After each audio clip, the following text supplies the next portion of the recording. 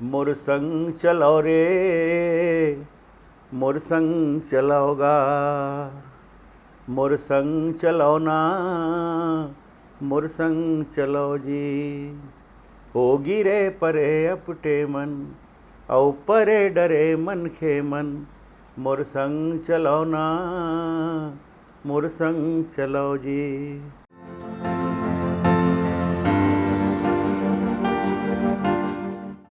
Hi, welcome to my channel life of politicians.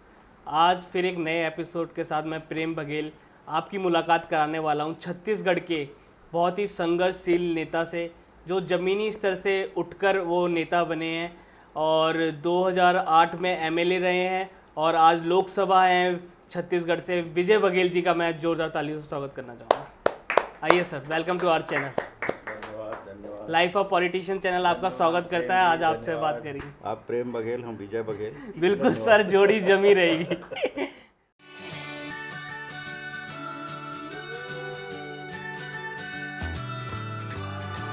Video को start होने से पहले हमारे चैनल को सब्सक्राइब कर दें, लाइक करें, वीडियो को कमेंट करें और ज़्यादा से ज़्यादा शेयर करें। We really need your support.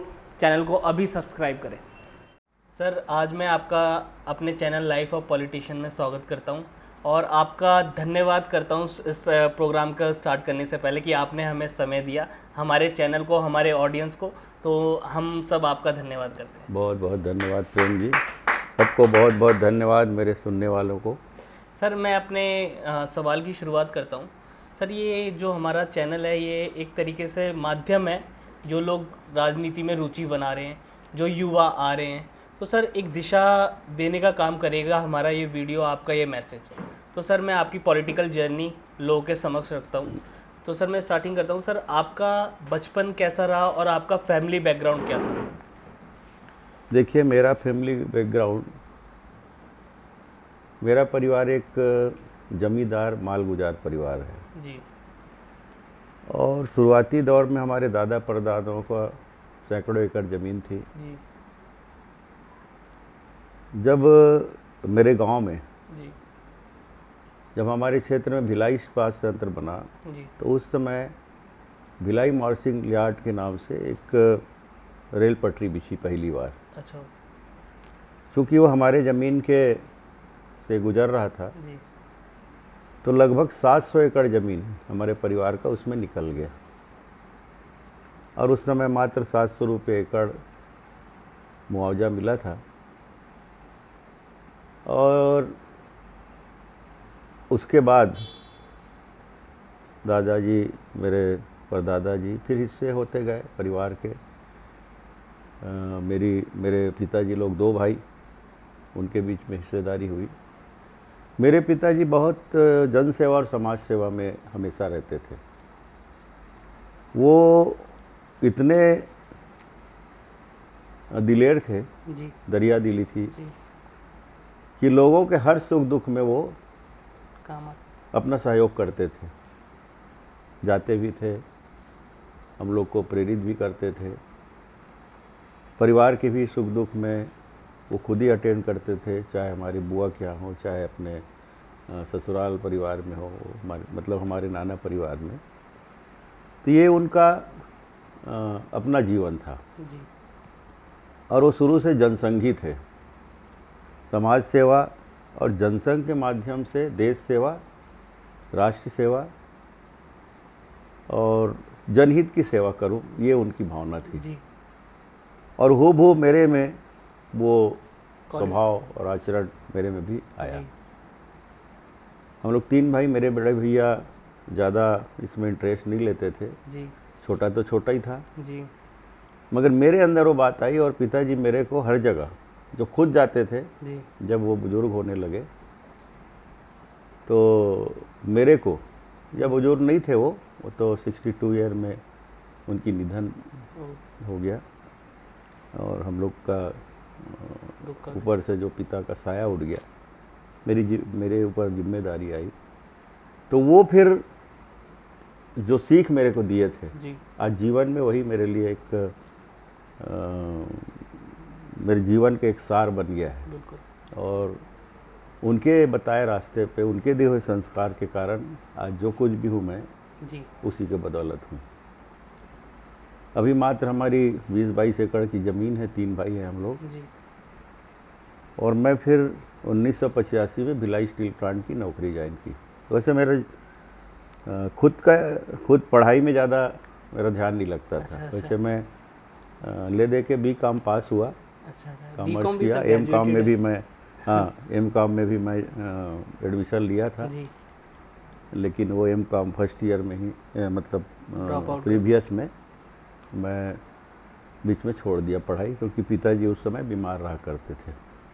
खेल में इंटरेस्ट था मेरे को। मैं कबड्डी खेल मेरा प्री खेल, जी हर शनिवार इतवार हम लोग खेल में निकल जाते थे। उस समय कबड्डी का बड़ा चार्म था गांव में, शहरों में। जी क्योंकि गांव की पढ़ाई मेरी 8वीं तक गांव में हुई, जी मिडिल और प्राइमरी स्कूल हमारे गांव में। जी और 9 से मैं रायपुर शहर आ गया, कालीबाड़ी स्कूल में 9 से 11 तक, क्योंकि 11वीं मैट्रिक हुआ करता था। उसके बाद कॉलेज, जी और कॉलेज भी मेरी पढ़ाई दुर्गा कॉलेज, और फिर खेल के ही कारण छत्तीसगढ़ कॉलेज। अच्छा मैं first year second year Durga college में किया, और फाइनल ईयर मैं B.Com का छत्तीसगढ़ कॉलेज में किया रायपुर में। सिर्फ कबड्डी के कारण। कबड्डी में 3 बार नेशनल खेला मैं, वाह मध्य प्रदेश की टीम का नेतृत्व भी किया मैं, वाह और 3 बार यूनिवर्सिटी की टीम से राष्ट्रीय स्तर के प्रतियोगिता में मैंने भाग लिया। और एक बार जो जगन्नाथपुरी में टूर्नामेंट हुआ कबड्डी का, तो मध्य प्रदेश टीम से हम लोगों ने सिल्वर मेडल जीता। 82 की बात है। और 83 में त्रिवेंद्रम केरल में जी टूर्नामेंट हुआ, अखिल भारतीय राष्ट्रीय टूर्नामेंट। उसमें हम लोग स्वर्ण पदक जीते, वाह। और मध्य प्रदेश की टीम का वो पहला और आखिरी स्वर्ण पदक है। उसके बाद से ये हमारा सौभाग्य है। और राजनीति में मेरा कोई इंटरेस्ट नहीं था। अच्छा। सिर्फ पिताजी के संस्कार के कारण समाज सेवा और देश सेवा, राष्ट्र सेवा, यही मेरी भावना थी। हम लोग एक क्लब भी बनाए थे। जी उस क्लब के माध्यम से हम लोग रचनात्मक काम किया करते थे। लोगों की सेवा करना, तकलीफ है उसको सहयोग करना, उनको साथ देना, यही मेरा लक्ष्य था। लेकिन ये जो राजनीति में मैं अचानक आया। सर कैसे अचानक, कैसे इंटरेस्ट तो बना हुआ कि अब मेरे को चुनाव लड़ना है, या नहीं, कोई किसी ने इंटरेस्ट नहीं अप्रोच किया था आपको? कोई इंटरेस्ट नहीं था। मैं तो नौकरी कर रहा था। अच्छा जैसा मैंने बताया कि 1985 में जी मेरी शादी भी हुई, जी और पिताजी उस समय थे, जीवित थे। जी और उसी साल में मेरी नौकरी भी लग गई। जी मतलब नौकरी और छोकरी दोनों एक साथ में क्या एक ही साल में। तो मैं शादी के बाद नौकरी कर रहा था, फिर भी कबड्डी खेल रहा था। अच्छा, शादी के बाद भी? शादी के बाद भी लगभग 3-4 साल कबड्डी खेला। फिर मैं सर छोड़ क्यों दिया? कबड्डी से मैं संन्यास ले लिया। जी और चूँकि पिताजी बीमार रहते थे, जी जी उस समय दिल्ली, बॉम्बे सब जगह हमने इलाज करवाया। 91 में वो स्वर सुधार गए, और तब से हमारी माँ थी। मेरी 4 बहनें हैं, 3 हम लोग भाई हैं। जी और राजनीति में मैं पिताजी के ही कारण आया। पहले इतनी आत्मीयता थी, मतलब ये जनसंघी थे और कांग्रेस के विधायक थे वहाँ। तो हम लोग गांव में टूर्नामेंट कराते थे, बहुत सारे खेल कूद कराते थे। कबड्डी का टूर्नामेंट हम लोग छत्तीसगढ़ स्तरीय कराते थे। आपके पिताजी कांग्रेस से विधायक थे? नहीं, विधायक अच्छा, नहीं थे। अच्छा एक अनंत राम वर्मा जी, अच्छा, जो स्थानीय विधायक थे कांग्रेस के, जी। और पिताजी तो यही समाज सेवा में समाज थे, सेवा। जनसंघ में थे। जी और हम लोग जनसंघ के ही प्रत्याशी के साथ हम लोग टेम्पो में घूमा करते थे, जो उस समय दीपक छाप था। तो हमारे एक कजिन चाचा हैं, जी वो प्रत्याशी थे, और हम लोग उस समय बस बाबूजी लोग भी प्रचार में जाते थे, पिताजी लोग, और हम लोग टेम्पो वम्पो जैसे आता था झंडी ले घूमते थे, दीपक छाप चढ़ जिंदाबाद, जाते थे। भारतीय जनसंघ के जनसंघ प्रत्याशी को, जी विशाल चाचा को वोट दो, मतलब विशाल चंद्राकर जी थे वो। तो वही करते थे 10-12-15 साल की उम्र में। फिर उसके बाद मैं कॉलेज की राजनीति में इंटरेस्ट रहा। हम लोग तो कबड्डी में थे ना, जी। कबड्डी हमारा जीवन बन गया था। अचीवमेंट तो आपको एजुकेशन से ज़्यादा कबड्डी स्पोर्ट्स ने कबड्डी दे में दिया। था। ये तो ऐसा भी वाकया हुआ है कि जब परीक्षाएं चल रही होती थी जी और कबड्डी का टूर्नामेंट होता था, बिना बताए घर में हम कबड्डी खेलने चल देते थे। फिर बाद में डांट पड़ती थी तो पूछते ठीक है ना, सप्लीमेंट्री में पास हो जाएंगे, मतलब यहाँ तक। फिर पूरक परीक्षा दिलाते थे, पास होते थे। तो ये इतना मतलब उसको पूरा जीवन बना लिए थे कबड्डी को। लगन लग जाती है। लगन लग जाती है, मतलब पागलपन। जी जी। और किसी चीज़ में अगर पागलपन ना हो जी तो फिर तो सफलता नहीं मिल जी सकती। बिल्कुल। ये लक्ष्य है, ये बोलते हैं। Yes sir. वो जुनून जब तक ना हो तब तक सफलता नहीं मिलती। जी इसलिए हम फिर 1987-88 की बात है जी कि टूर्नामेंट कराए, 87 की ही बात है। और वहाँ के माननीय विधायक जी को हम मुख्य अतिथि रखे थे, पुरस्कार वितरण करके घर में बैठे, चाय वाले हम लोग आए तो उनसे कहने लगे पिताजी से, वो वर्मा जी जो उस समय विधायक थे, जी अभी वो भी नहीं है, स्वर्गवासी हो गए हैं, भैया आप लोग तो मेरे विरोधी हैं, एक आध बेटे को मेरे लिए साथ में दे देते। ऐसा करके मैं उसी समय जब चाय लेकर आया तो पिताजी के मुंह से निकल गया, विजय अब तो अनंत राम जी के साथ रहना। ये पिताजी का ही मतलब आदेश था समझिए। और ठीक है करके मैं फिर वो एक हफ्ते बाद मेरे पास ब्लॉक युवा कांग्रेस अध्यक्ष की नियुक्ति पत्र आ गई। फिर राजनीति में आ गए। जी और उस समय जो अभी भूपेश बघेल है ना, अभी जी, जी, जो वहाँ के मुख्यमंत्री जी, हैं, जी, वो जी। मेरे उस कमेटी में महामंत्री थे। अच्छा अच्छा अच्छा। हाँ, लेकिन वो अपना जीवन जिला युवा कांग्रेस से बताते, लेकिन ब्लॉक युवा कांग्रेस के मेरे महामंत्री रहे थे वो। अच्छा ओके। तो वो फिर हम लोग संघर्ष करते रहे, क्योंकि मेरे मन में जो बाबूजी ने शिक्षा दी थी, जो जिम्मेदारी मिले वो उसको जी जान से करो। हम लोग का करीब 52 गांव का एक क्षेत्र था जी जिसको सिरसा कला ब्लॉक युवा कांग्रेस नाम दिया गया था, बुजुर्ग कांग्रेस भी था उसमें। तो हम लोग जी जान ड्यूटी करते थे और नाइट शिफ्ट, तीनों शिफ्ट ड्यूटी रहती थी वहाँ प्लांट में। तो जी नाइट शिफ्ट करके मैं और एक हमारे गांव के ही खिलावन साहू जी हैं, वो दोनों हम लोग एक ही साथ ड्यूटी करते थे। और नाइट शिफ्ट से भी निकाल के गांव-गांव प्रचार में जाते भी थे, करते थे। लोगों को जोड़ना बनाना, हमारे युवा कांग्रेस युवा लोग को। और उसके बाद फिर राजनीति में सक्रियता हो गई। जी लेकिन उसके बाद भी मन में कभी कुछ बनने की चाहत नहीं थी कि कोई विधायक बन जाए, कहीं पद में चले जाएं, ये चाहत नहीं थी।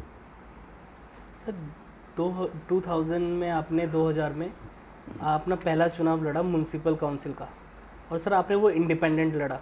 तो सर आप जब कांग्रेस में ब्लॉक उस स्तर पे थे और काफ़ी सक्रिय थे उस टाइम पे कांग्रेस में, तो सर आपने वो चुनाव इंडिपेंडेंट क्यों लड़ा? किसी दल के साथ या किसी उस पार्टी से क्यों नहीं लड़ा? देखिए, मैंने पहले ही बताया प्रेम जी आपको कि मैं कोई इच्छा तो नहीं थी मेरी चुनाव लड़ने की। हम तो जन सेवा और राष्ट्र सेवा के लिए हम राजनीति करने आए थे, जी जो हमारे संस्कार थे माता पिता के।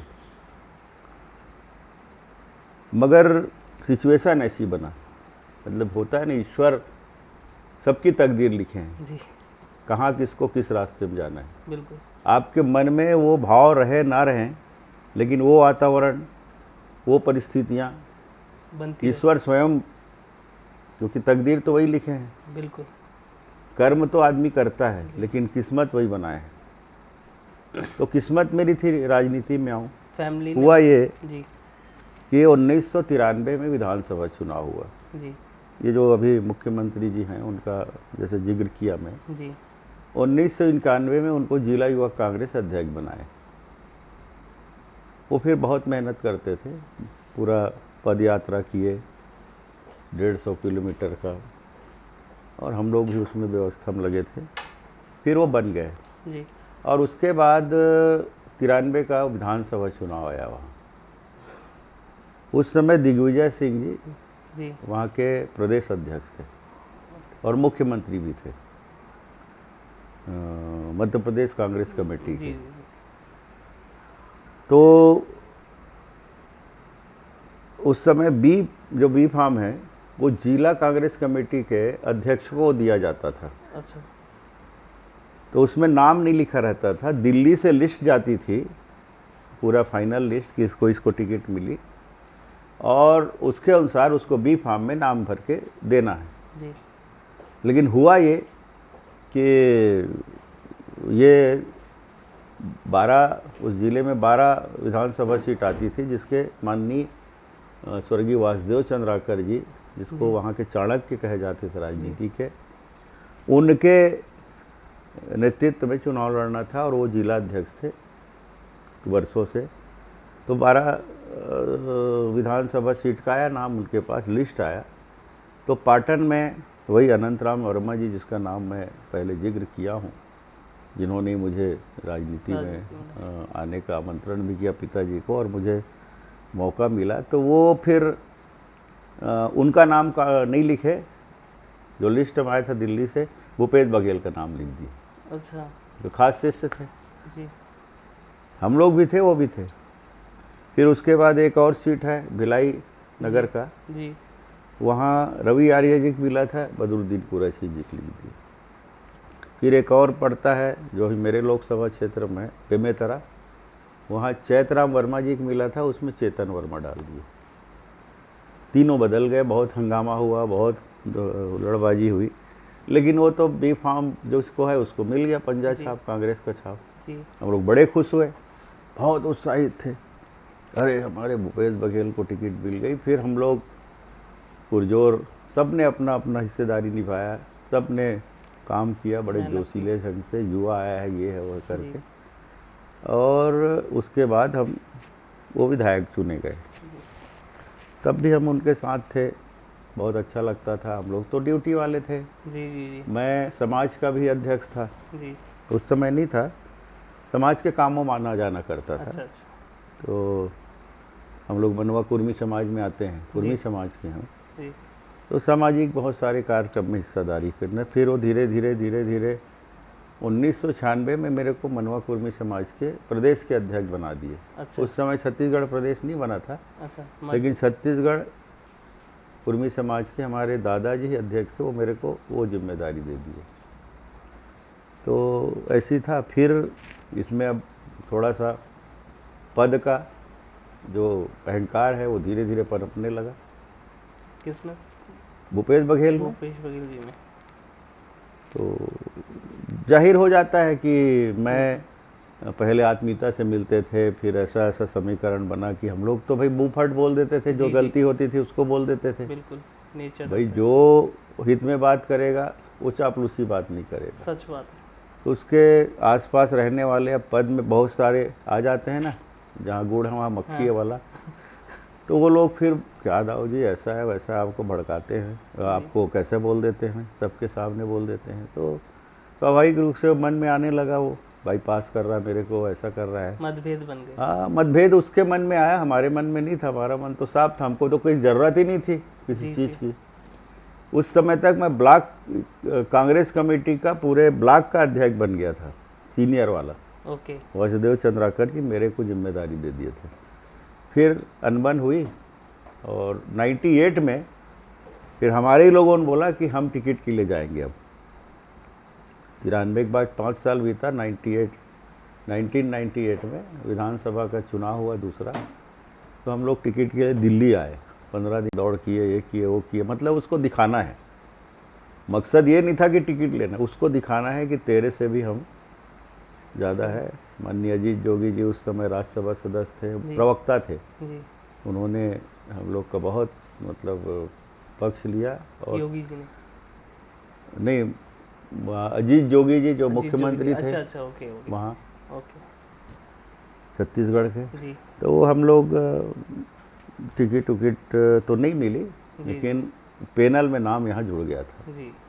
फिर अपन चले गए, ठीक है भाई, अब टिकट जो पाया है मिला है वो जाने, हमको क्या है, हम तो उसके विरोध में मांग रहे थे, विश्वास कैसे करेगा। हम लोग अपना ड्यूटी करने लगे। तो फिर बाद में बुजुर्ग लोग आए, समझाए, फिर हम लोग लगे। तो फिर जीते वो, फिर थोड़े दिन ठीक रहे, फिर उसी समय 98 में बने और 2000 में जो विशेष क्षेत्र विकास प्राधिकरण जिसको साडा बोलते हैं जी।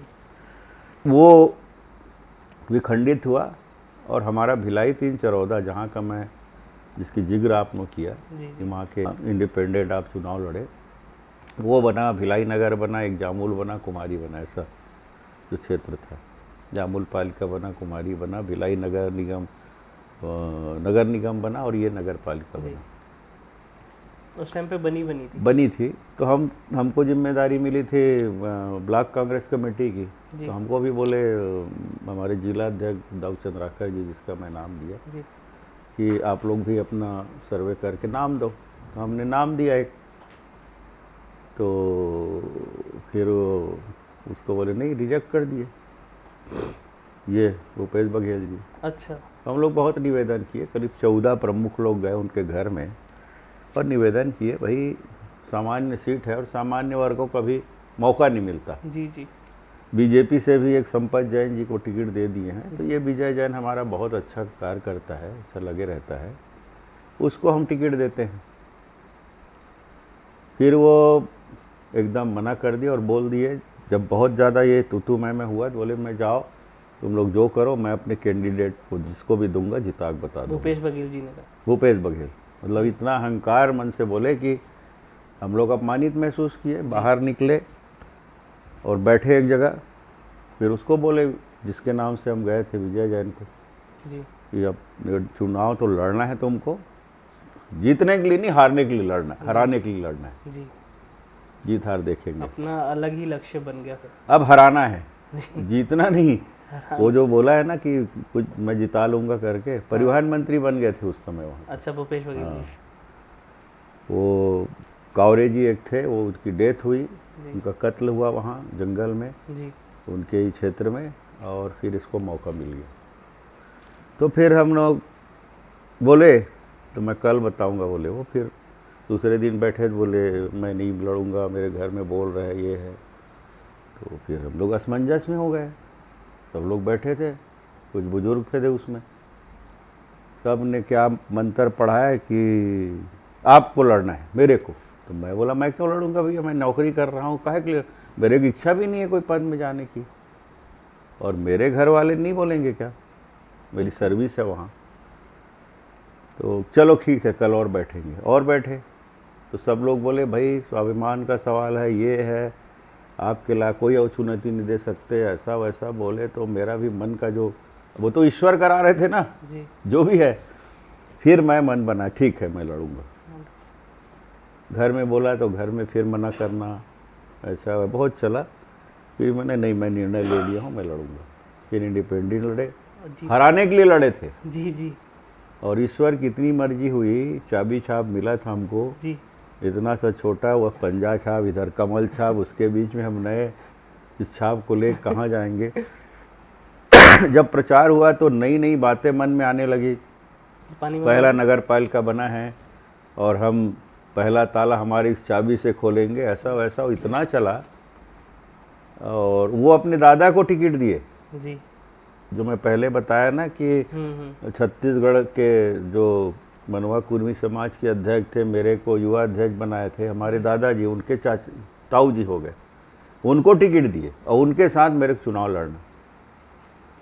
तो उसके बाद हम वो भी करीब महाभारत का युद्ध चल रहा है, एक तरफ वो हैं दादा है, ये है धृतराष्ट्र है, एक तरफ दुर्योधन खड़ा है, एक तरफ मेरे को अर्जुन के रूप में आपने खड़ा किया है, आप सब मेरे कृष्ण हैं। ऐसा जब चला ना जी, तो इतना मतलब प्रचार हो गया।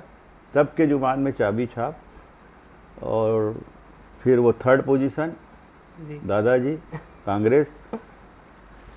जबकि उस समय दिग्विजय सिंह मुख्यमंत्री थे जी, उनको वो प्रचार में 2 बार लाए, मुख्यमंत्री को 2 बार प्रचार मिला इतनी छोटी सी जगह में। मात्र 54,000 उस समय मतदाता थे। अब वो फिर रिजल्ट आया, 3,181 वोट से जीते, आज भी याद है, जीवन का पहला चुनाव। और सेकेंड में बीजेपी थी और थर्ड में वो थे। काफ़ी स्पेशल रहा हाँ, आपके। उस समय से फिर हम लोग अपना चला रहे थे। बहुत चुनौती थी, बहुत विरोध करता था, चलने नहीं देता था, सरकार उनकी थी। 6 महीने उस कार्यकाल में रहे। जून में चुनाव हुआ, 25 जून 2000 में रिजल्ट निकला और नवंबर 2000 में छत्तीसगढ़ राज्य बन गया। जी तो 6 महीना हम लोग मध्य प्रदेश में थे। फिर उसके बाद माननीय अजीत जोगी जी मुख्यमंत्री बने छत्तीसगढ़ के, जी और उनका विशेष सहयोग मेरे कार्यकाल में था, क्योंकि ये तो विरोधी करता था, इसको फंड मत दो, ये मत दो, वो मत दो। भूपेश बघेल। हाँ, लड़ाई होती थी जगह जगह, भूमि पूजन में लड़ाई होना, कोई लोकार्पण में होना, तो वो सब चुनौतीपूर्ण हम लोग बड़े हौसले से लड़ते थे। और फिर 2003 में माननीय विद्याचरण शुक्ल जी थे, वो शरद पवार जी की पार्टी से वहाँ पे पार्टी बना के चुनाव लड़ाए, राष्ट्रीय कांग्रेस। तो उस समय मेरे को ऑफर किए कि आपको टिकट हम देंगे विधानसभा का भूपेश के खिलाफ, और मन में तो आक्रोश था। और उस समय बीजेपी भी अप्रोच की थी, लेकिन दुर्भाग्य से उस समय में बीजेपी नहीं गया, क्योंकि उनका ऑफर पहले था और मैंने उनको जुबान दे चुकी थी मैंने।